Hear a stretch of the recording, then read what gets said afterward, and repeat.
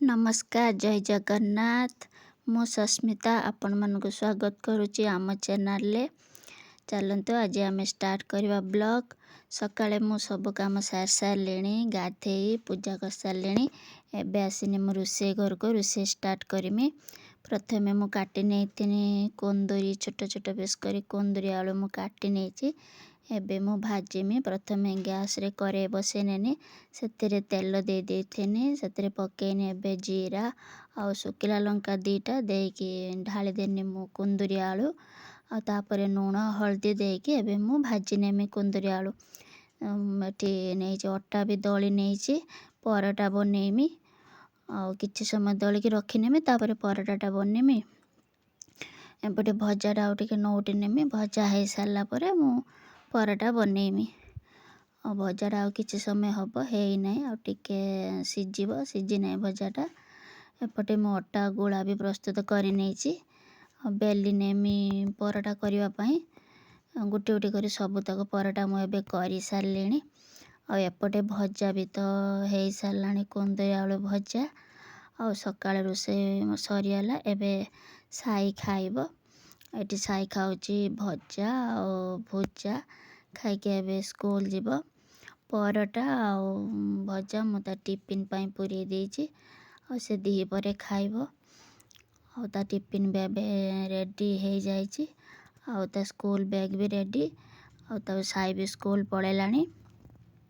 एबे मते भोक लागलानी सेते मु पखाळ बाड़ी आंची पखाळ खाइमी आ ता सहित टिके दला दली करछि आंबुल आलू बिलाती पके दलिछि आ टिके रसुण पकेने टेस्ट लागे कारण मु कार्तिक मास एबे चलछि मु खाइमिनी पखाळ खाइ सारलेनी। एबे हमरा आसी पहुंचे जे माछ मु बनेमी माछ आंबुल पानी बनेमी आ एपटे देखो लूण हल्दी देकी माछरा को भल भाबरे मु गुळे नेमी।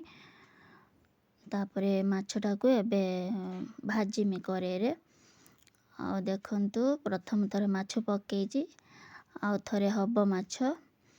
एबे माछ भजा भी हेबे हमरे हेइछि सब तक माछ मु भाजी नेछि आ एबे झोल करमी माने आंबुल पानी करमी। देखंतु प्रथमे प्याज को मु संतुली नेमी प्याज तो एबे हेइ सारलानी सेतरे मसला नेछि सोरिष जीरा धनिया अदा रसुण सब बाटी नेछि मसलाटा को भल भाबरे कसी गलानी।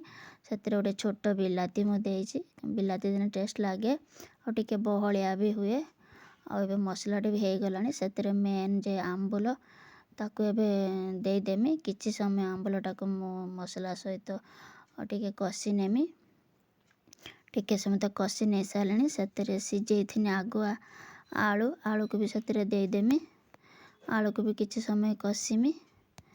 देखंतु एबे हमर कसी हे गलानी सेतरे एबे देई देबी मो पानी झोल करिवा पई आंबुल पानी आ फुटी गला परे भल भाबरे फुटी गला परे भाजी के रखिता माछ को सेतरे मु पकेइ नेमी।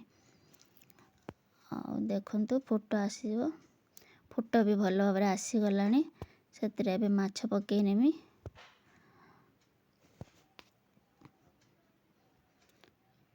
एबे देखंतु एबे हमर रेडी हे गला आ माछ सोरिष दिया आंबुल पानी दी परे भी हमर पूरा तरकारी रेडी। समस्ते खाइले बासन मांजी दी पर काम तो सर जाइछि। एबे बाजिलानी 4टा साई आसिके एबे स्कूल घरे पहुंची सारलानी। मु एबे काम खरका खरकी सार देमी संध्या बाजी जीवो तापरे संध्या देमी तापरे मु राती पई रोषेई पुनी स्टार्ट करमी। एपटे हमर साई एबे पाठ पढुची स्कूल जा पाठ दियातला करूची साई पाठ पढ़ सारला परे आनिथिले पकोड़ा और रोल एबे से खाउची। रातिका पई मु रोषेई कर सारलेनी रातिका पई बनेइछि एठी फूलकोबी आलू भजा गरम करनेछि खीर और रोटी भी बनेइ सारिछि आ सुजी भी बनेइछि। आपण मानको आम दिन सारा ब्लॉगटा केमते नागिला निश्चय जणेबे लाइक शेयर कमेंट सब्सक्राइब करने को भूलिबेनी। रहिली जय जगन्नाथ पुणी देखा गोटे नुआ भिडियो रे।